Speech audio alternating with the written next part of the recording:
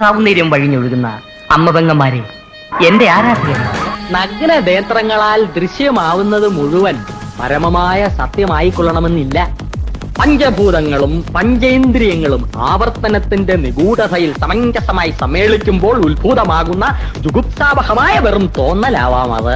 സുഹൃത്തെ, എത്ര വിശദീകരിച്ചാലും നിങ്ങൾക്ക് മനസ്സിലാക്കാനൊക്കാത്ത 1000 പരിരംഭണങ്ങളുണ്ട് പ്രപഞ്ചത്തിൽ.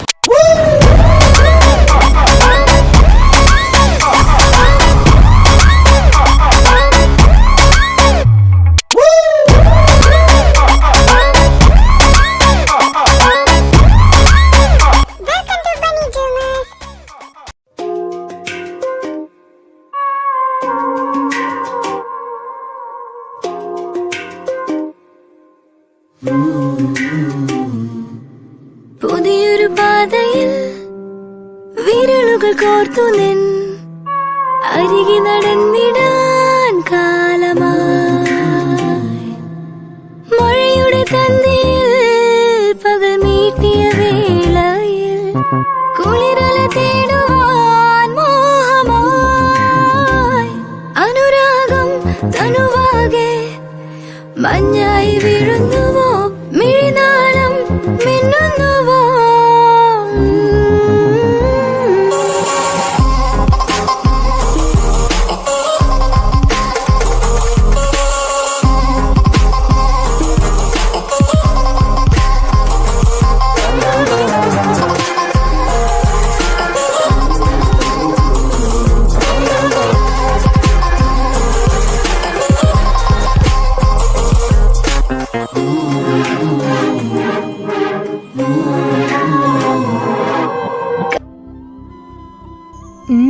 നൈസ്. എന്നാലും ഇങ്ങനൊരു വീടും ഇങ്ങനൊരു സെറ്റപ്പും കൊള്ളാനും നീ എന്നോട് പറഞ്ഞില്ലല്ലോ. ഇതെപ്പോഴാണ് നീ സെറ്റ് ചെയ്തേ? ഓ ഇത് ആക്ച്വലി ഒരു 1 year ആയടാ. പറയണമെന്നൊക്കെ ഉണ്ടായിരുന്നു. പിന്നെ പറഞ്ഞു കഴിഞ്ഞാൽ വല്ല പാർട്ടിയും വന്നു കഴിഞ്ഞാൽ, ഐ മീൻ നമ്മുടെ ഫ്രണ്ട്സിൻ്റെ ഇടയിൽ വല്ലതും വന്നു കഴിഞ്ഞാൽ ഇങ്ങോട്ട് വാരിപ്പുറക്കി കൊണ്ടുവരും എല്ലാത്തിനെയും. അങ്ങനെ ആയി കഴിഞ്ഞാൽ അപ്പനും അമ്മയും കൂടെ എന്തായാലും കണ്ടുപിടിക്കും. ഇതെനിക്ക് 2 എണ്ണം അവരറിയാതെ അടിക്കാനുള്ള സ്ഥലം. സത്യം പറഞ്ഞു, ഇതപ്പൻ്റെ ഒരു പഴയ പ്രോപ്പർട്ടിയാണ്. ഞാൻ പാർട്ട് ടൈം ജോലി ചെയ്ത് ഇതങ്ങ് വാങ്ങി. പണ്ട് ഞാൻ ജനിച്ചതൊക്കെ ഈ വീട്ടിലാണ്. അപ്പൻ വലിയ പണക്കാരൊക്കെ ആയപ്പോൾ എന്തൊക്കെയോ ആവശ്യങ്ങൾക്കൊക്കെ പണ്ട് വിറ്റതാണ്. പക്ഷേ അപ്പോൾ എപ്പോഴും വരുന്നത് ഇതിൻ്റെ ഒരു സെൻറ്റിമെൻ്റൽ ഡയലോഗ്സൊക്കെ വിടുന്ന കേൾക്കാം. അങ്ങനെ ഒരു ദിവസം വാങ്ങണമെന്ന് തോന്നി വാങ്ങി. അപ്പനെപ്പോഴും അറിയത്തില്ല, 1 വർഷമായിട്ട് അറിയത്തില്ല. സ്റ്റിൽ ഞാനിങ്ങനെ 2 എണ്ണം വീശാനൊക്കെ ഇങ്ങോട്ട് വരാറുണ്ട്. ഞാൻ കഴിഞ്ഞതിന് നിന്നെ ഇങ്ങോട്ട് കൊണ്ടുവരണമെന്ന് വിചാരിച്ചതാണ്. പിന്നെ നീയും തിരക്കായി. പിന്നെ നിന്നെ വീട്ടിൽ നിന്ന് വിടത്തില്ലല്ലോ. ആരെങ്കിലും തട്ടിക്കളഞ്ഞാലൊന്ന് പേടിയാണല്ലോ നിൻ്റെ ചേട്ടന്മാർക്ക്. അതുകൊണ്ടാണ് നീ ഈ സ്ഥലത്തിൻ്റെ കാര്യം അറിയാതെ പോയത്. ഓ അല്ലാതെ നീ പറയാഞ്ഞിട്ടല്ല. ഇനി എന്നെ പുറത്തു വിടാത്ത എൻ്റെ ചേട്ടന്മാരെ പറ. അതാകുമ്പോൾ നിനക്ക് തടി തപ്പാനായിട്ടൊരു കാരണമായല്ലോ.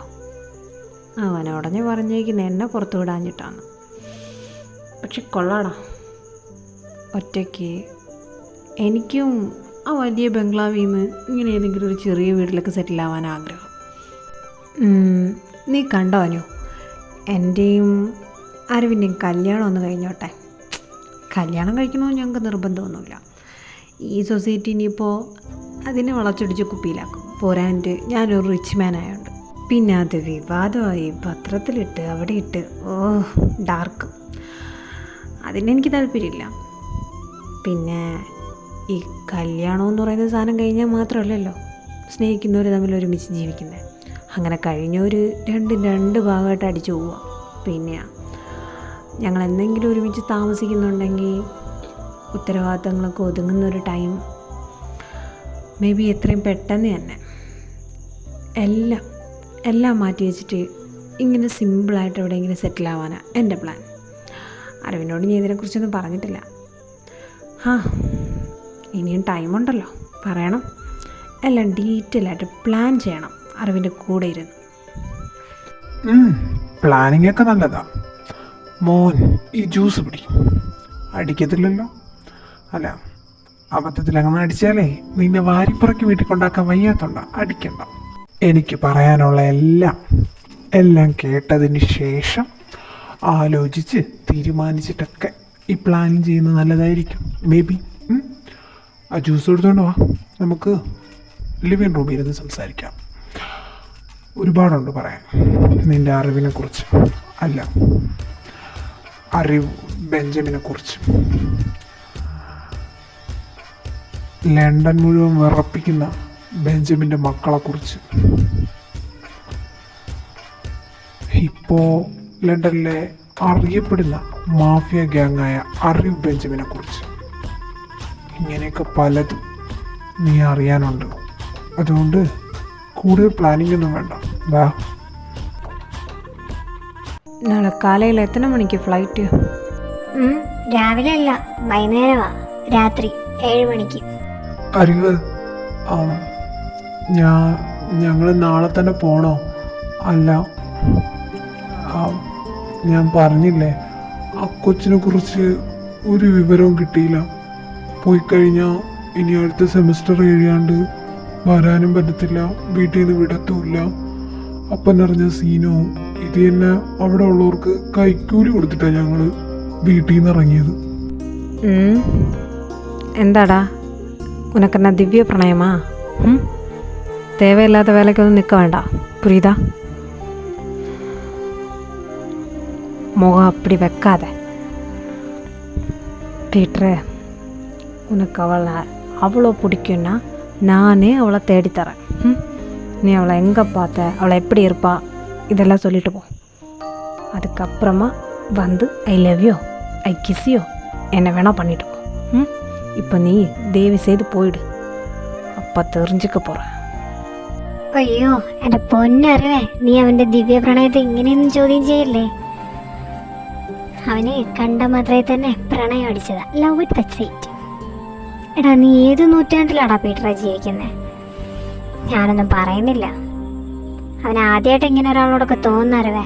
അതുകൊണ്ടാ ഞാൻ കണ്ണുടച്ച് കൂടെ ഇറങ്ങി വന്നത്. ഇനിയിപ്പോൾ ഏതായാലും അറിവ് കണ്ടുപിടിക്കാന്ന് പറഞ്ഞ സ്ഥിതിക്ക് ഉറപ്പായിട്ടും കണ്ടുപിടിക്കും. പിന്നെ നീ എന്തിനാടാ വിഷമിക്കുന്നത്? നമുക്ക് നാളെ 7 മണിക്ക് അങ്ങ് പോവാം. അറിവ് പറഞ്ഞ പോലെ അപ്പൻ അറിഞ്ഞു കഴിഞ്ഞാൽ ഇത് ഭയങ്കര ഇഷ്യൂ ആവും. അവിടെ നമ്മൾ കൈക്കൂലി കൊടുത്തിട്ട് ഇങ്ങനെ കറങ്ങി കിടക്കുന്നതെന്നും കൂടി അറിഞ്ഞു കഴിഞ്ഞാൽ ആ കൈക്കൂലി കൊടുക്കുന്ന പാവപ്പെട്ട ഗാർഡുകളെ കൂടി അപ്പം വന്ന് വെടിവെച്ച് ടിഷ്യൂ എന്ന് പറഞ്ഞ് കൊന്നാളെ. വെറുതെ എന്തിനാ? പിന്നെ നമ്മളെ കള്ളത്തരത്തിനൊക്കെ കൂട്ടിക്കുന്ന അറിവാണെന്ന് അറിഞ്ഞു കഴിഞ്ഞാൽ കൂടി പിന്നെ അറിവിനെ വീണ്ടും നമ്മൾ ഇങ്ങനെ ആക്കിയെന്നും പറഞ്ഞ് അപ്പൻ്റെ ഇന്ന് വീണ്ടും കിട്ടും നമുക്ക്. പണ്ടത്തെ ചൂരലടി നിനക്ക് ഓർമ്മ ഉണ്ടല്ലോ. വെറുതെ എന്തിനാ? നിനക്ക് ആ പെണ്ണിനെ പോരെ. ഇനി എങ്ങാനും അറിവ് കണ്ടുപിടിച്ചില്ലെങ്കിൽ നമ്മൾ വീണ്ടും ചാടി വരൂടാ. ഇപ്പോഴല്ല, അടുത്ത എക്സാം കഴിഞ്ഞിട്ട്. അതുവരെ നീ ഒന്ന് ക്ഷമിക്കേ. ഏതായാലും അവൾ കെട്ടിയതും പൂട്ടിയതും മൂത്ത് വരച്ചതൊന്നും ആയിരിക്കത്തില്ല, അത് ഉറപ്പാ. അതുവരെ തന്നെ അഡ്ജസ്റ്റ് ചെയ്യേണ്ട പൊന്നു പീറ്റേ. ഓക്കെ, അതുവരെ വേണമെങ്കിൽ ഞാൻ അഡ്ജസ്റ്റ് ചെയ്തോളാം. അല്ല, അറിവിന്ന് പോകുന്നില്ലല്ലോ, ഞങ്ങളുടെ കൂടെ അല്ലേ? രാവിലെ എണീക്കുമ്പോൾ ഈ നടന്ന കാര്യങ്ങളൊന്നും ഓർമ്മ കാണത്തില്ല. അന്നേരം അറിവ് ഞങ്ങളോട് ചോദിക്കത്തില്ലേ നീ എങ്ങനെ ഇവിടെ വന്നേന്ന്? അപ്പൊ അന്നേരം ഞങ്ങൾ എന്താ പറയണ്ടേ? അത് മറ്റേ അറിവല്ലേ. നിങ്ങൾക്ക് അന്നേരം എന്താണോ പറയാൻ തോന്നുന്നത് അതുവേ ചൊല്ലിക്കോ. எதை சொன்னாலும் கண்டிப்பாக அதை நம்பிடுவேன். அதை யோசித்து கவலைப்பட வேண்டாம். அப்போ குட் நைட். குட் நைட், വാ തൂങ്ങലാം. ഇനി നീ കിടന്ന് കൂടുതൽ വിശദീകരിച്ച് എക്സ്പ്ലനേഷൻ ഒന്നും എനിക്ക് തരണ്ട സാഗറെ. നീ ആ പിള്ളേരെ ഈ പണി ഏൽപ്പിച്ചെന്നുള്ളത് പിള്ളേരെ വായിന്ന് തന്നെ ഞാൻ അറിഞ്ഞു. എന്നോട് ബ്രൂണോ എല്ലാം പറഞ്ഞു. സാഗറെ, നിന്നെ ഞാൻ ഈ നേരം വരെ, നിനക്കറിയാം എനിക്ക് നിന്നെ കൊല്ലാനായിട്ട് നിമിഷ നേരം പോലും വേണ്ടാന്ന്. ഈ നേരം വരെ ജീവനോടെ വച്ചിട്ടുണ്ടെങ്കിൽ അത് എനിക്കൊരു പ്രതിസന്ധി ഘട്ടം വന്നപ്പോൾ നീ സഹായിച്ചതുകൊണ്ട് മാത്രമാണ്. അങ്ങനെ ഒരു ഓർമ്മ പുതുക്കലുള്ളതുകൊണ്ട് മാത്രമാണ് നീ എൻ്റെ മുമ്പ് ഇപ്പോൾ ജീവനോടെ നിന്ന് സംസാരിക്കുന്നത്. അത് നീ മറക്കണ്ട. എൻ്റെ പൊന്നു ബെഞ്ചമിനിച്ചായ, ഞാനായിട്ട് പോയതൊന്നുമല്ല, അവന്മാരായിട്ട് ഇങ്ങോട്ട് വന്നിട്ട് വല്ല പണിയുണ്ടെങ്കിൽ ഏപ്പിയിരുന്ന് പറഞ്ഞത്. അവന്മാരെ നിങ്ങളുടെ അക്കൗണ്ടിൽ നിന്ന് എന്തോ ഫണ്ട് എടുക്കാൻ പറ്റാത്തതുകൊണ്ട് എന്തോ ഫിനാൻഷ്യൽ പ്രോബ്ലം ആണെന്നോ അങ്ങനെ എന്തൊക്കെ പറഞ്ഞിട്ടാണ് ഈ പരിപാടി അവന്മാരെ ഏൽപ്പിച്ചത്. ഞാൻ എന്നോടൊന്ന് വിഷമം പറഞ്ഞപ്പോൾ ഞാൻ ഏൽപ്പിച്ചു. അല്ലാതെ ഞാൻ അങ്ങോട്ട് കൊണ്ട് ഏൽപ്പിച്ചതൊന്നുമല്ല. നിങ്ങൾക്ക് അവിടെ നിന്ന് ഡയറക്റ്റ് പൈസ എടുക്കാൻ പറ്റില്ലെന്നോ അവിടുത്തെ പോലീസിൻ്റെ എന്തോ നോട്ടപ്പുള്ളികളാണെന്നോ നിരീക്ഷണത്തിലാണെന്നൊക്കെ പറഞ്ഞ് 3 വർഷം മുമ്പ് നടന്ന കാര്യങ്ങളൊക്കെ പറഞ്ഞുകൊണ്ടാണ് ഞാൻ പിന്നെ ഇങ്ങനെ ഇതൊക്കെ ഇവിടെ ഞാനുണ്ടല്ലോ എന്നൊരു ഇഷ്യൂ ഒന്ന് സോൾവ് ചെയ്ത് വിടാനായിട്ട് അതിൻ്റെ ദരിദ്രം കയറ്റിയിരുത്തിയത്. ഇതിപ്പോൾ അച്ചായനോട് ഒന്ന് പറയുന്നോ അല്ലെങ്കിൽ ഇങ്ങനെയൊക്കെ ആവുമെന്ന് ഞാൻ വിചാരിച്ചില്ല. അല്ലെങ്കിൽ തന്നെ നീ എന്നതാ വിചാരിക്കുന്നത്? എല്ലാം നടന്നു കഴിഞ്ഞിട്ടല്ലേ നിനക്ക് സൂര്യൻ ഉദിക്കത്തുള്ളൂ. എപ്പോഴത്തെ കാര്യം അങ്ങനെ തന്നെയാണല്ലോ. നീ എന്തറിഞ്ഞിട്ടാ പരിപാടി പിള്ളേരെ ഏൽപ്പിച്ചത്? ആ പെണ്ണും പിള്ളേരെ ശരിക്കുള്ള മനസ്സിരിപ്പ് നിനക്കറിയോ? ആ ചെറുക്കന്മാരെ കൊന്നുകളയാനാ. ആ 2 കൊന്നിട്ട് അവരെ മോൻ്റെ പേരിൽ ആ സ്വത്തുക്കൾ മുഴുവൻ ആക്കാനാ അവരെ പ്ലാൻ. അല്ലാതെ നിന്നെ ഏൽപ്പിച്ച പോലെ അതിലൊരുത്തനെ സ്നേഹിച്ച് കെട്ടാനോ അല്ലെങ്കിൽ അതിലൊരുത്തനെ തട്ടിക്കൊണ്ട് പോയിട്ട് ഭീഷണിപ്പെടുത്തി സൈൻ ചെയ്യിപ്പിക്കാനൊന്നും അല്ല അവരുടെ ഉദ്ദേശം. അവരും ഒക്കെ ഫ്രോഡാ. അതിൻ്റെ ഇടയിലാണ് നീ എൻ്റെ പിള്ളേരെ കൂടെ കൊണ്ട് ഇട്ടേക്കുന്നത്. ഇതിപ്പം എൻ്റെ പിള്ളേർ കൂടി ബാധിക്കുന്ന പ്രശ്നമാണ്. എന്താണെന്നറിയോ? അവിടെ ഉള്ള ഓരോന്നുമായിട്ട് എൻ്റെ 3 ഓരോന്നും പ്രേമത്തിലാണ്. അങ്ങനെയാകുമ്പോൾ ഇതിപ്പോൾ എന്നെ കൂടെ ബാധിക്കുന്ന പ്രശ്നമാണല്ലോ. നീ ഒറ്റൊരുത്തം കാരണമാണ് ഈ വഴി പോയ വയ്യാവലിലൂടെ ഇപ്പം ഞങ്ങളുടെ തലയിലായത്. ഒരുവിധ ചെറുക്കനെ ഞാൻ മാറ്റി കൊണ്ടുവരുമായിരുന്നു. നിനക്കറിയാലോ 3 വർഷം മുമ്പ് ആണെന്നൊന്നും ഞാൻ പറയണ്ടല്ലോ. ആ ഒറ്റൊരു മോഷണം കാരണോ? അത് കാരണമാ ഞാൻ ഇങ്ങനൊരു തീരുമാനം എടുത്ത് അവന്മാരെ കൊണ്ട് ഇങ്ങോട്ട് വന്നത്. അതിനുശേഷം അവൻ മാറിയതായിരുന്നു മൊത്തത്തിൽ. ഇതിപ്പം എല്ലാം കൂടി ഒരുമിച്ച് തിരിച്ചു വന്ന അവസ്ഥയിലാണ്. ആ പഴയ അറിവ് വീണ്ടും വീണ്ടും വരുവാന്ന് മനസ്സിലായോ നിനക്ക്? ഇങ്ങനൊരവസ്ഥ വരാതിരിക്കാനാണ് ഞാൻ അവനെ എത്രത്തോളം പൊത്തിപ്പിടിക്കാൻ പറ്റുമോ അത്രത്തോളം പൊത്തിപ്പിടിച്ച് എല്ലാവരും ഇന്ന് അകറ്റി നിർത്തി ഒരു സാധാരണക്കാരനായിട്ട് ജീവിച്ചത്. ആ ഒരു സാധാരണക്കാരനെ മാത്രമേ നമ്മുടെ ഇപ്പോഴത്തെ അറിവിന് അറിയാവൂ. അവൻ ലണ്ടനിൽ പഠിച്ചെന്നും പിന്നെ അവിടെ ഒരുപാട് ബോഡി ഗാർഡ്സ് ഉണ്ടെന്നൊക്കെ അറിയാവൂ. അല്ലാതെ അവൻ ചെയ്ത ക്രൂരതകളോ അവൻ ചെയ്ത ഒന്നും അവനറിയത്തില്ല.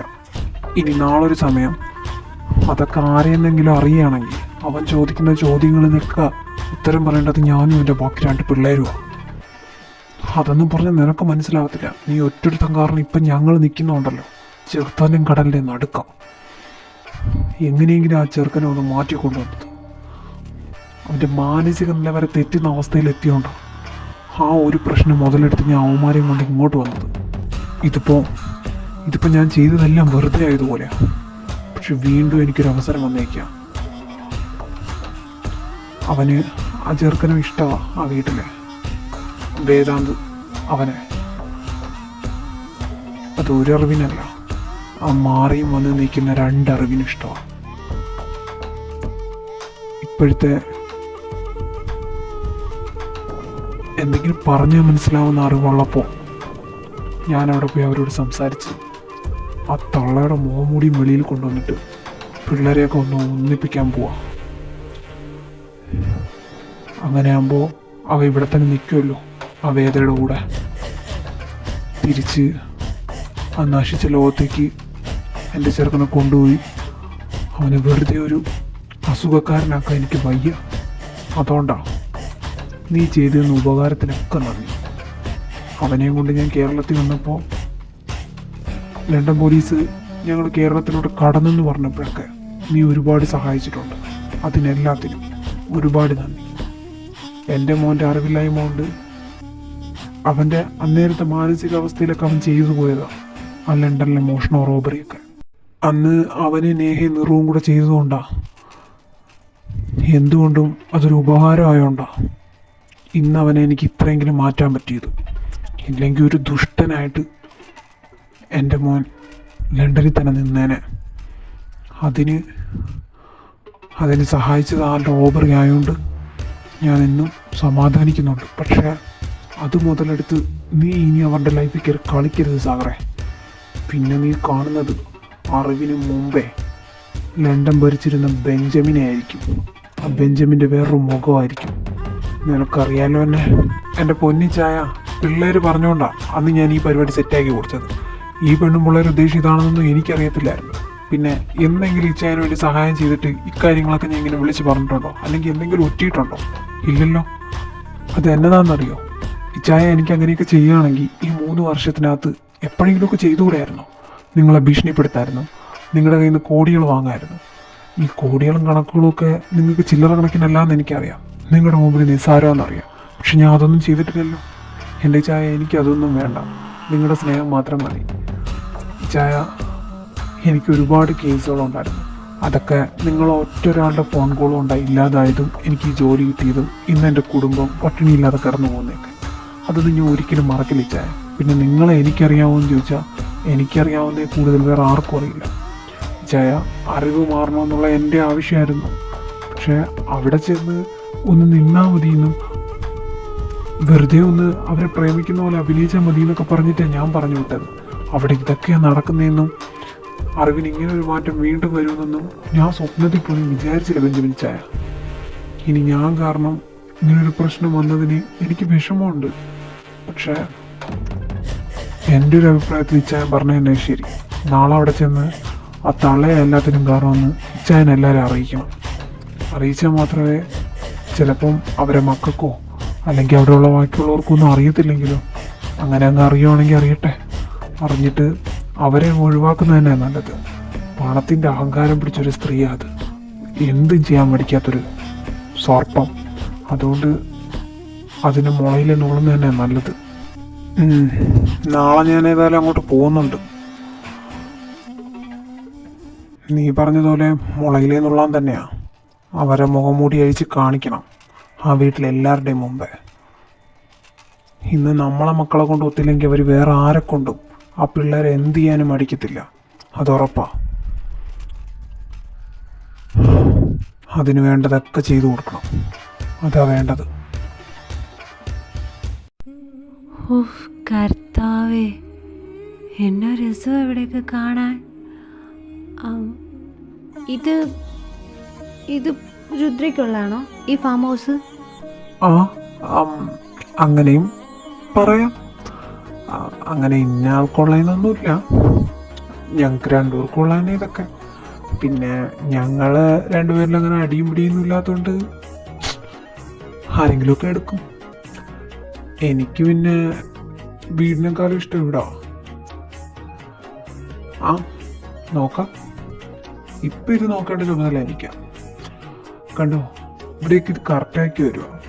ഇത് ഞാൻ വിളിച്ച് പറഞ്ഞിട്ടാ ഈ ഫയറും സെറ്റപ്പും ഒക്കെ അവർ മുമ്പേ ക്ലിയർ ആക്കി വെച്ചത്. നമ്മളിങ്ങോട്ട് വരുവാന്ന് ഞാൻ നേരത്തെ വിളിച്ച് പറഞ്ഞായിരുന്നു. നീ വാ, നിനക്ക് ഞാൻ റൂമൊക്കെ കാണിച്ചു തരാം. കൊള്ളാല്ലേ? നിനക്ക് ഇഷ്ടപ്പെട്ടോ? പിന്നെ എനിക്ക് ഒത്തിരി ഇഷ്ടമായി. അതുകൊണ്ടാണ് ചോദിച്ചത് ഇത് രുദ്രയ്ക്കുള്ളതാണോ എന്ന്. ഇനി അല്ലെങ്കിൽ തന്നെ രുദ്ര ഇത് വാങ്ങിച്ചോ. അവരോട് പറഞ്ഞാൽ തരത്തില്ലേ? വേറൊന്നുമല്ല, നമുക്ക് ഇവിടെ താമസിക്കാം. നല്ല രസമുണ്ട്. വീട്ടിനേക്കാളും എന്തൊരു സമാധാന, ആരുടെയും ശല്യമില്ല. ഇങ്ങനൊരു സ്ഥലത്ത് അടുത്തൊന്നും വേറെ വീടൊന്നും ഇല്ലാണ്ട് നമ്മൾ മാത്രം സെറ്റായിരിക്കുമല്ലേ. എനിക്കിഷ്ടപ്പെട്ടു. വാ, റൂം കാണാൻ പോവാ. എൻ്റെ ആഗ്രഹം ഏതാണ്ട് ഇതൊക്കെ തന്നെയാണ്, ഇങ്ങോട്ട് മാറണമെന്ന്. അതിനാ ഇതിൻ്റെ മെയിൻ്റെനൻസ് പരിപാടിയൊക്കെ നടക്കുന്നതെന്ന് പറഞ്ഞപ്പോൾ ഞാൻ തന്നെ നോക്കാനായിട്ട് ഇങ്ങോട്ട് വന്നത്. പിന്നെ നീ പറഞ്ഞ പോലെ നമുക്ക് പേഴ്സണലി കുറച്ച് ടൈമും കിട്ടുമല്ലോ, അതുകൊണ്ടാണ് നിന്നെയും കൊണ്ട് ഇങ്ങോട്ട് വരാൻ പ്ലാൻ ചെയ്തത്. ഇനിയിപ്പോൾ നിൻ്റെ ആഗ്രഹം ഇങ്ങനെയാണെങ്കിൽ സ്ഥിരം നമുക്ക് ഇങ്ങോട്ട് തന്നെ മാറാം. ആദ്യം നമ്മുടെ കാര്യം വീട്ടിൽ അവതരിപ്പിക്കണ്ടേ. അതിനു മുമ്പേ ഒരാൾ ആ വീട്ടിൽ നിന്ന് ചാണകം തളിച്ച് വെളിയിൽ ഇറക്കേണ്ട ആവശ്യമുണ്ട്. നാളെ പോയിട്ട് അതും കൂടി എൻ്റെ പരിപാടി. ആദ്യം നമ്മുടെ കാര്യങ്ങളൊക്കെ നടക്കട്ടെ. നിന്നെ എനിക്കൊന്ന് ഒഫീഷ്യലി പ്രപ്പോസ് ചെയ്യണമെന്നുണ്ട്. നീ വാ, റൂം ഞാൻ വിളിച്ച് പറഞ്ഞിട്ട് കിട്ടിലായിട്ട് സെറ്റ് ചെയ്തേക്കുന്നതെന്നാണ് എൻ്റെ ഒരു ഫ്രണ്ട് പറഞ്ഞത്. ആ കോന്തന ഇവിടുത്തെ ഈ കാര്യങ്ങളൊക്കെ ചെയ്യുന്നത്. അങ്ങനെ അല്ലെങ്കിൽ നാളെ അവനെ എടുത്തിട്ട് അലക്കാനുള്ളതാണ്. അതുകൊണ്ട് പെട്ടെന്ന് വന്നേ, അവിടെ വെച്ച് വേണം എനിക്കെൻ്റെ ഈ പൂച്ചക്കുട്ടിയെ പ്രപ്പോസ് ചെയ്യാനായിട്ട്. വന്നേ. എവിടെ മാറി? ഇതെന്നതാ പള്ളിയോ? എൻ്റെ പൊന്നുരുദ്ര, ഇതിൻ്റെയൊക്കെ വല്ല ആവശ്യം ഉണ്ടായിരുന്നു? 4-3 സ്ഥലത്ത് മെഴുകുതിരിയും കത്തിച്ച് വെച്ച് 2-3 ബൾബിൻ്റെ ലൈറ്റ് വാങ്ങിച്ചിടാൻ നമ്മളെ കൊണ്ട് തന്നെ ഒക്കത്തില്ലേ? എന്തിനാ ഫ്രണ്ടിനെ വെറുതെ ബുദ്ധിമുട്ടിച്ച? ഇത് കണ്ടിട്ട് കർത്താവിൻ്റെ മുമ്പിൽ മെഴുകുതിരി കത്തിച്ച് വെച്ചിരിക്കുന്നൊരു ഫീലാണ് എനിക്ക്. ഇതിൻ്റെ ഇടയിൽ നിന്നാണോ നീ എന്നെ പ്രപ്പോസ് ചെയ്യാൻ പോകുന്നത്? അല്ല, നിനക്കങ്ങനെയാണോ തോന്നിയേ? അവനെ ഞാൻ മിക്കവാറും വല്ല വിഷം കൊടുത്തു കൊല്ലും. ഈ കർത്താവിൻ്റെ മുമ്പിൽ മാത്രമൊന്നുമല്ല മെഴുകുതിരി എത്തിക്കാറ്. അത് നിനക്ക് റൊമാൻറ്റിക് സെൻസ് ഇല്ലാത്തതുണ്ടോ? റൊമാൻറ്റിക്കലി ഉള്ള കാര്യങ്ങൾക്കും സാധാരണ മെഴുകുതിരി കത്തിച്ച് വയ്ക്കാത്തുണ്ട്. അതങ്ങനെ നിനക്ക് സെൻസ് ഇല്ലല്ലോ. അല്ല, നീ റൊമാൻറ്റിക്കൽ ക്യാൻഡിൽ നൈറ്റ് ഡിന്നറൊക്കെ കണ്ടിട്ടില്ലേ? കണ്ടാണ വഴിയില്ല. ഉണ്ടായിരുന്നെങ്കിൽ നീ ഇങ്ങനെയൊന്നും പറയത്തില്ല. പോട്ടെ. ഇനി അതിന് ഈ മോന്ത പേരിക്കണ്ട. എനിക്ക് ടൈം കളയാൻ ഒട്ടും താല്പര്യമില്ല. എന്നോട് പറഞ്ഞു വിട്ടേക്കുന്നത് ഈ കഥ പെട്ടെന്ന് തീർക്കണം. വേറെ ഒരുപാട് കഥകളുണ്ട്. ഇപ്പം തന്നെ ഒരുപാട് ഹെൽത്ത് ഇഷ്യൂസ് ആയിട്ട് പണി മുടക്കിലാണ്. അതുകൊണ്ട് പെട്ടെന്ന് പരിപാടികൾ തീർക്കണമെന്ന്. അതുകൊണ്ട് ടൈം കളഞ്ഞിട്ട് അയക്കാൻ ഒട്ടും താല്പര്യമില്ലാത്തതുകൊണ്ട് പറയുക. മോന്ത ഇത് ചിരിച്ചോണ്ട് വയ്ക്കുമോ? ഞാനൊന്ന് പ്രപ്പോസൽ ചെയ്തോട്ടെ. താൻ എന്നെ കളിയാക്കിയതും പോരാ, ഇനി ഞാൻ ചിരിച്ചോണ്ടുകൂടി നിൽക്കണമല്ലേ? തന്നെ കരുതിയിട്ടില്ല, അവളെ കരുതിയിട്ട്. പറ, അല്ല പ്രപ്പോസൽ ചെയ്യും. ഓക്കെ, നീ ആരെയെങ്കിലുമൊക്കെ കരുതിക്കോ. പക്ഷെ ഇപ്പം ഇവിടുത്തെ പോയിന്റ് അതല്ല. ദൈവമേ, നോക്ക് നീറു, എനിക്ക് ഈ പരിപാടി ഒന്നും അറിയത്തില്ല. പക്ഷെ I will try my best. Okay നീറു,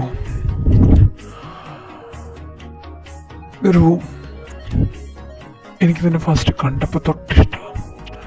എന്നെ തല്ലാനുള്ള ധൈര്യമൊന്നും ഒരുത്തരും കാണിച്ചിട്ടില്ല. കോളേജിലായാലും വീട്ടിലായാലും എവിടെയായാലും. പഠിക്കുന്ന കാലത്തൊന്നും ഒരുത്തനും എൻ്റെ മൂത്തോക്കി പോലും ഒന്നും പറഞ്ഞിട്ടില്ല. ഫസ്റ്റ് ടൈമാണ് ഒരുത്തൻ എന്നെ തല്ലുന്നത്. ആ ധൈര്യം കാണിച്ച നീയാ. എന്നെങ്കിലും എനിക്കെതിരെ നിൽക്കുന്ന ഒരാളെ സ്നേഹിക്കാനാണ് ഞാൻ തീരുമാനിച്ചത്. അങ്ങനെ ഒരാളെ ഞാൻ കണ്ടതും നിന്നിൽ മാത്രമാണ്. ഇതുവരെ വേറെ ആരിലും അങ്ങനെ എനിക്കെതിരെ ഒരു വാക്കുപോലും സംസാരിക്കാൻ ധൈര്യമുള്ള ഒരാളെ ഞാൻ കണ്ടിട്ടില്ല. നിന്നെ കണ്ടപ്പോൾ എന്തോ എന്നെ നിയന്ത്രിക്കാൻ, എന്നെ പറഞ്ഞ് മനസ്സിലാക്കാൻ, അല്ലെങ്കിൽ ഞാൻ ചെയ്യുന്നതിനൊക്കെ തിരിച്ച് പറഞ്ഞ് പിടാനായിട്ട് എല്ലാത്തിനും പറ്റുന്ന ഒരാളാണ് നീ എന്ന് തോന്നി.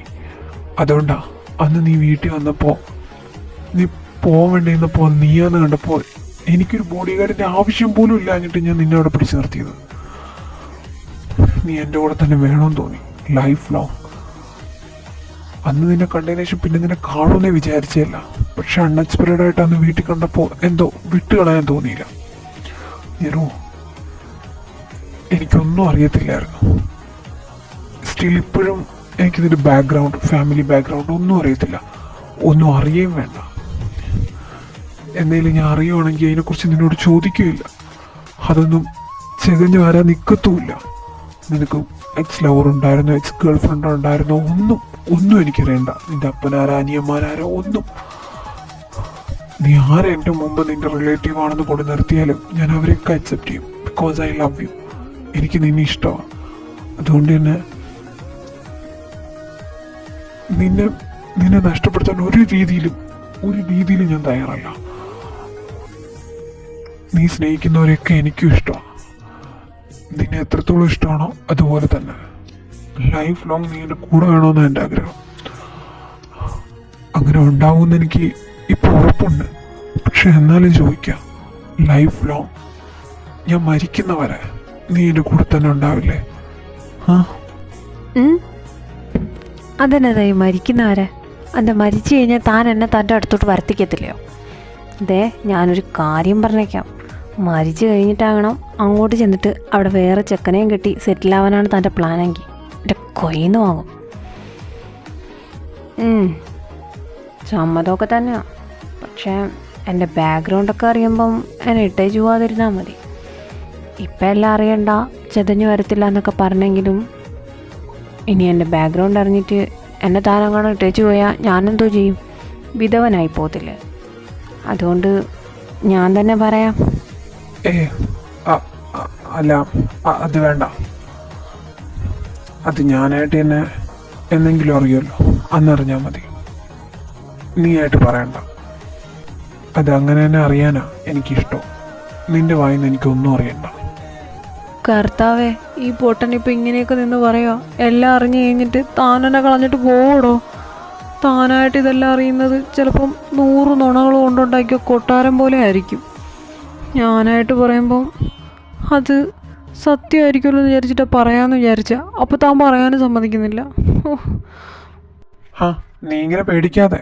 ഇനി ഞാൻ എന്തറിഞ്ഞാലും അതിന് എന്തായിക്കോട്ടെ, നിന്നെക്കുറിച്ചായിക്കോട്ടെ, അറിവിനെക്കുറിച്ചായിക്കോട്ടെ, ബ്രൂണോയെക്കുറിച്ചായിക്കോട്ടെ, അല്ലെങ്കിൽ നിങ്ങളുടെ അപ്പനെക്കുറിച്ചായിക്കോട്ടെ, അല്ലെങ്കിൽ ഇനി ആരെക്കുറിച്ചോ ആയിക്കോട്ടെ, എന്തറിഞ്ഞാലും നിന്നോട് വന്ന് ചോദിക്കും. അങ്ങനെ ചോദിക്കാനൊരു സാഹചര്യം കിട്ടിയില്ലെങ്കിൽ ഞാൻ അതിനെക്കുറിച്ച് അന്വേഷിക്കും, കള്ളമാണോ സത്യമാണോ എന്ന്.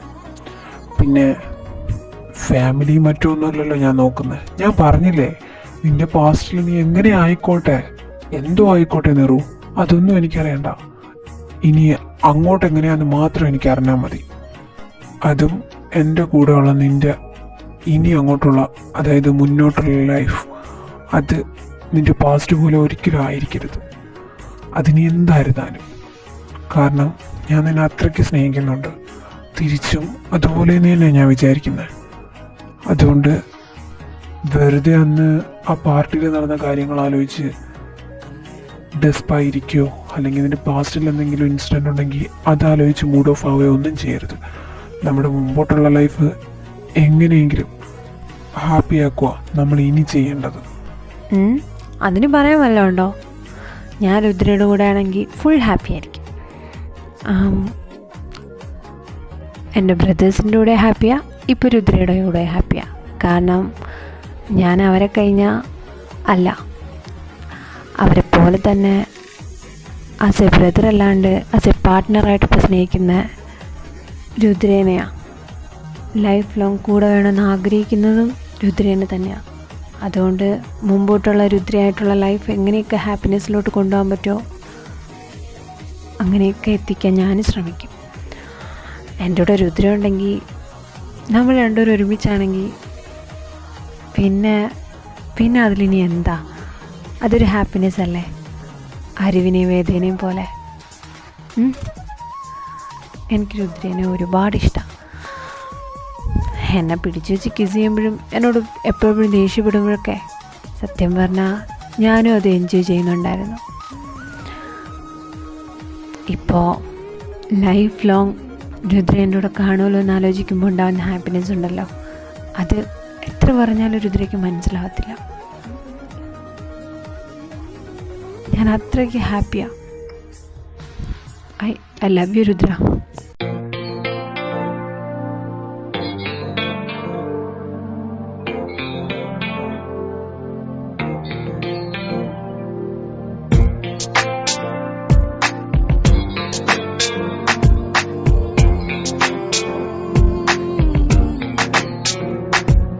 వర్షం ముందుగా మబ్బుల ఘర్షణ మనసును ముసిరినే ఇది మరి ప్రణయమా ప్రళయమా హృదయం నిండుగా నా ఈ సంఘర్షణ నన్నే మరిచనే ఇది బాధో ఏదో కునుకేమో దరికి రాదు ఉణుకేమో వదిలిపోదు ఏమింత పరుగునాదో నా పయనం మాత్రం పూర్తవదు నా చెంత నొప్పు ఉంటే కాలంకి విలువలేదు నువ్వు దూరం అయిపోతుంటే విషమనిపించెను ఈ నిమిషం వర్షం ముందుగా మబ్బుల దర్శన మనసును ముసిరనే ఇది మరి ప్రణయమా ప్రణయమా హృదయం నిండుగా నా ఈ సంఘర్షణ నన్నే మరిచినే ఇది బాధో ఏదో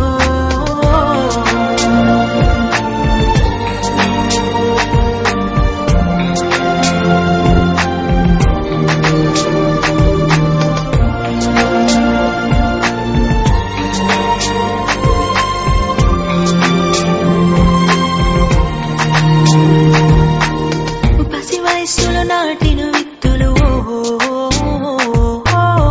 మన కన్నా పెరిగెను ఎత్తులు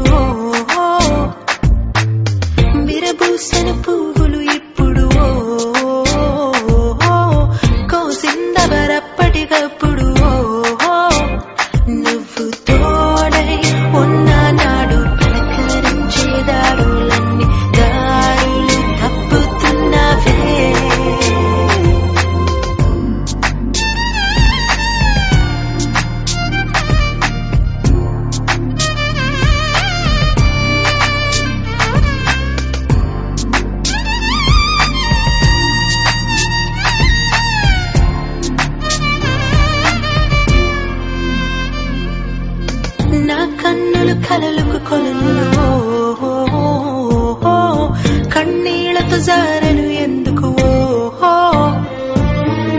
నా సంధ్యల చల్లని గాలులు సుడిగాలిగా మారను ఎందుకు ఓహో ఇన్ని నాళ్ళు ఉన్న స్వర్గం నరకంలాగా మారేనే ఈ చిత్రబాధ నీకు ఉండదా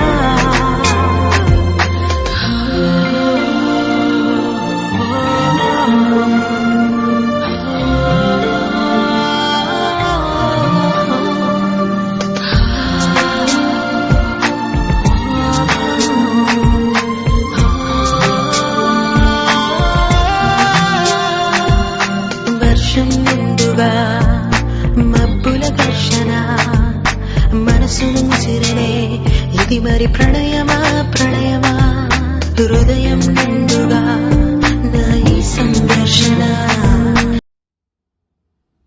എൻ്റെ പൊന്നനു, നീ ഇത് തെളിയിച്ച് പറഞ്ഞേ. നീ ഇതെന്തോ ഒരുമാതിരി വാലും തുമ്പില്ലാണ്ട് മാഫിയ ഗ്യാങ്സ്റ്റാർ ഒരുമാതിരി KGF സിനിമയുടെ കഥ പറയും പോലെ നേരെ പറഞ്ഞേ. നീ നീ എന്തോ ഉദ്ദേശിക്കുന്നേ? ലണ്ടനിൽ എന്താ? നീ ഒന്ന് തെളിയിച്ച് പറഞ്ഞേ, എന്നെ ടെൻഷൻ അടിപ്പിക്കാതെ. നീ ടെൻഷൻ അടിക്കാനുള്ള വകയൊക്കെ ഉണ്ട്, പറഞ്ഞുതരാം. എടാ, നീ വിചാരിക്കും പോലെ അറിവൊരു സാധാരണ ആളൊന്നുമല്ല. അവരുടെ സ്ഥലമൊക്കെ അങ്ങ് ലണ്ടനില്ല. അറിവിൻ്റെ അപ്പനുണ്ടല്ലോ ബെഞ്ചമിൻ, പുള്ളിക്കാരൻ അവിടുത്തെ പേര് കേട്ടൊരു മാഫിയ ഡോണ. അങ്ങേര് ചെയ്യാത്ത ക്രൈമുകളൊന്നുമില്ല. പിന്നെ ഒരേ ഒരു കാര്യം ഉള്ളതെന്ന് പറഞ്ഞാൽ പുള്ളിക്കാരന് ഇത്തിപ്പൂരം മനസാക്ഷിയുണ്ട്. ബാക്കിയുള്ള ഗ്യാങ്സ്റ്ററിനെ പോലെ കണ്ണിച്ചോരയില്ലാത്തവനല്ല. പാവപ്പെട്ടവരെ സഹായിക്കും, അങ്ങനെയുള്ള കാര്യങ്ങളൊക്കെ ചെയ്യും. പക്ഷെ നെറികേട്, ഞാൻ പറഞ്ഞു വന്നത്, എങ്ങനെയായിരുന്നാലും പുള്ളിക്കാരൻ ഉണ്ടാക്കുന്ന പണമൊക്കെ നെറികേട്ട പണം തന്നെയാണ്. അതായത് കള്ളക്കടത്ത്, സ്മഗ്ലിംഗ്, ഡ്രഗ്സ്, ഈ പരിപാടിയെല്ലാം ഉണ്ട്. ഈ വെപ്പൺസ് കടത്തക്കം, അങ്ങനത്തെ എല്ലാ ഇല്ലീഗൽ പരിപാടീസും ഉണ്ട്. അല്ലാണ്ട് നല്ലത് മാത്രമൊന്നുമല്ല. പിന്നെ ഒരു 10,000-10,000 പേരെ കൊന്നിട്ടുണ്ട് ഈ കഴിഞ്ഞ 5 വർഷമായിട്ട്. അതായത് 3 വർഷമായിട്ട് പുള്ളിക്കാരൻ കേരളത്തിലാണ് താമസിക്കുന്നത്. അതിനു മുമ്പുള്ള 2 വർഷം പുള്ളിക്കാരനല്ലായിരുന്നു അവിടുത്തെ കാര്യങ്ങളെല്ലാം നോക്കിയത്. അത് പുള്ളിക്കാരൻ്റെ ഏറ്റവും ഇളയ മകനായ അറിവ് ബെഞ്ചമിനായിരുന്നു. പുള്ളിക്കാരന് നിലവിൽ 5 മക്കളാണ്. അതിൽ 2 എണ്ണം സ്വന്തം മക്കളായിട്ട് പുള്ളിക്കാരൻ എവിടത്തെ രേഖയിലും കൊടുത്തിട്ടില്ല. 3 മക്കളാണ് ഉണ്ടെന്നേ കൊടുത്തിട്ടുള്ളൂ. അതിലൊന്ന് അറിവ്, പിന്നെ ഒന്ന് ബ്രൂണോ, പിന്നെ ഒന്ന് നിർവാൻ. ഇതിൽ ബ്രൂണോയാണ് പുള്ളിക്കാരൻ്റെ ബൈ ബ്ലഡിലുണ്ടായ സൺ. ഈ ബ്രൂണോ ജനിക്കുന്ന സമയത്തിന് പുള്ളിക്കാരൻ മാഫിയ തേങ്ങ എന്നൊക്കെ പറഞ്ഞാണ് നടന്നത്. അന്നേരം ഇതുപോലെ ഉണ്ടായ ഒരു അറ്റാക്കിലാണ് പുള്ളിക്കാരൻ്റെ ഭാര്യ മരിക്കുന്നത്. പുള്ളിക്കാരി മരിച്ചതിന് ശേഷം തമിഴ്നാട്ടിലെന്തോ ഡീലിങ്ങിൻ്റെ കേസുമായിട്ട് പുള്ളിക്കാരൻ പോയി വരുന്ന വഴിക്കാണ് ഈ 2 പിള്ളേരെ കിട്ടുന്നത്. ഇവർ 2 പേരും ശരിക്കും സഹോദരങ്ങളാണ്, നിർവാനും അറിവും. അവിടെ നിന്ന് എടുത്തുകൊണ്ട് വന്ന് വളർത്തുന്നതാണ്. ഇവർക്ക് കുഞ്ഞിലത്തെ കാര്യങ്ങളൊന്നും വലുതായിട്ട് ഓർമ്മയും പിടിയൊന്നുമില്ല. അതിനുശേഷം ഉള്ള എല്ലാവരും മറക്കുകയും ചെയ്തു. അതുകൊണ്ട് തന്നെ അച്ഛനും അമ്മയും ആരാന്നൊന്നും അറിയത്തില്ല. പുള്ളിക്കാരനാണ് അപ്പനെന്ന് വിശ്വസിച്ച പിള്ളേർ ഇപ്പോഴും ജീവിക്കുന്നത്. പക്ഷേ സ്വന്തം മക്കളല്ലാന്ന് അവർക്കും അറിയാം. അത് പുള്ളിക്കാരൻ പറഞ്ഞു അറിയിച്ചും തന്നെ വളർത്തിയത്. പക്ഷേ വളർന്നു വരെയാണ് അറിവിലുണ്ടാകുന്ന മാറ്റങ്ങളൊക്കെ അങ്ങേര് മനസ്സിലാവുന്നത്. വേറൊന്നുമില്ല, അറിവിന് ഈ മൾട്ടിപ്പിൾ പേഴ്സണാലിറ്റി ഡിസോർഡർ പോലൊരു അസുഖമുണ്ട്. അവൻ്റെ ഈ പാസ്റ്റും കുഞ്ഞിലത്തെ കുറച്ച് ഇൻസിഡൻസ് ഒക്കെ വെച്ചിട്ട് ഒരുമാതിരി തമിഴ് ഡിസോർഡർ ക്യാരക്ടർ പോലെ അങ്ങ് പെരുമാറുക. ആ ഒരു സ്വഭാവമുള്ള അറിവ് വന്നു കഴിഞ്ഞാൽ ഭയങ്കര ദേഷ്യമായിരിക്കും, ഭയങ്കര റൂഡായിരിക്കും.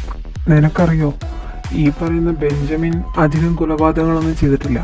പുള്ളിക്കാരനൊരു മനസാക്ഷിയും ശാന്തതയൊക്കെ ഉള്ള ക്യാരക്ടറായിരുന്നു. പക്ഷേ അറിവെന്ന് ബെഞ്ചമിൻ്റെ സ്ഥാനം നേടിയെടുത്തോ, അല്ലെങ്കിൽ ആ സ്ഥാനം ഏറ്റെടുത്തെന്ന് തന്നെ പറയാം. ഇങ്ങേർക്ക് എന്തോ ഹെൽത്ത് ഇഷ്യൂ ഒക്കെ വന്നപ്പോഴാണ് അയാൾ മാറിക്കൊടുത്തത്. പിന്നെ എല്ലാം അറിവിൻ്റെ തലയിലായി. അന്നേരം തൊട്ട് അറിവ് കൊല്ലാത്ത ആൾക്കാരില്ല. നിനക്കറിയാത്തോണ്ടാ. ആ വരുന്ന തമിഴ് അറിവുണ്ടല്ലോ, നീ പറഞ്ഞ അവൻ ചില്ലറക്കാരനൊന്നും അല്ല.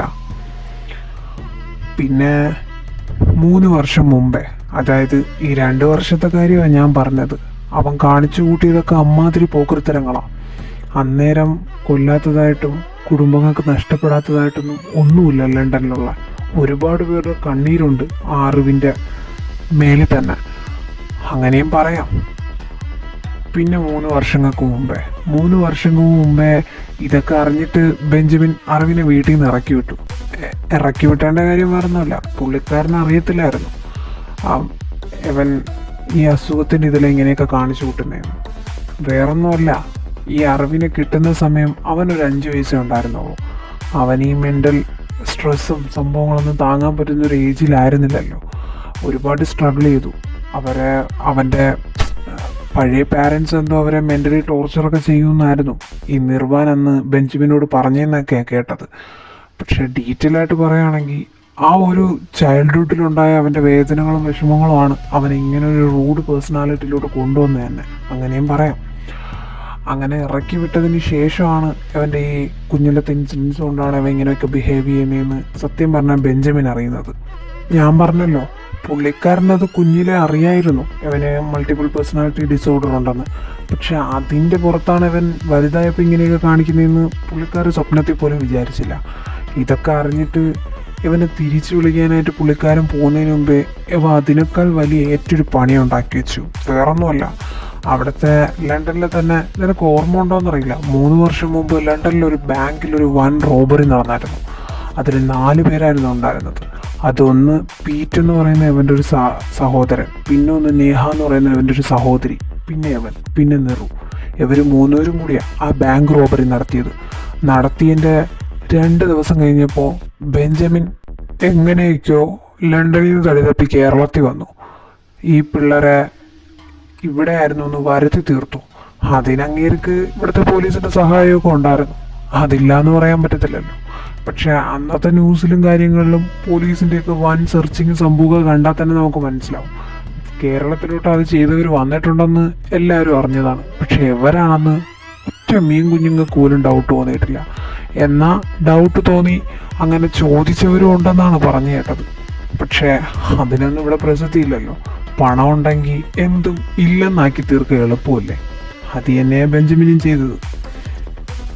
പിന്നെ ബാക്കി 2 മക്കളും മൈനേഴ്സ് ആയതുകൊണ്ട് അവരവിടെ നിർത്തി. ഈ റോബറി ചെയ്തതിൻ്റെ പ്രധാന കണ്ണി അറിവായതുകൊണ്ട് തന്നെ. പിന്നെ പോരാഞ്ഞിട്ട് അറിവിൻ്റെ പേഴ്സണൽ ലൈസൻസ് ഉള്ള ഗണ്ണിൽ നിന്ന് അതിൽ 2 പോലീസുകാരെ അറിവ് ഷൂട്ട് ചെയ്ത് കൊന്നിട്ടുണ്ടായിരുന്നു.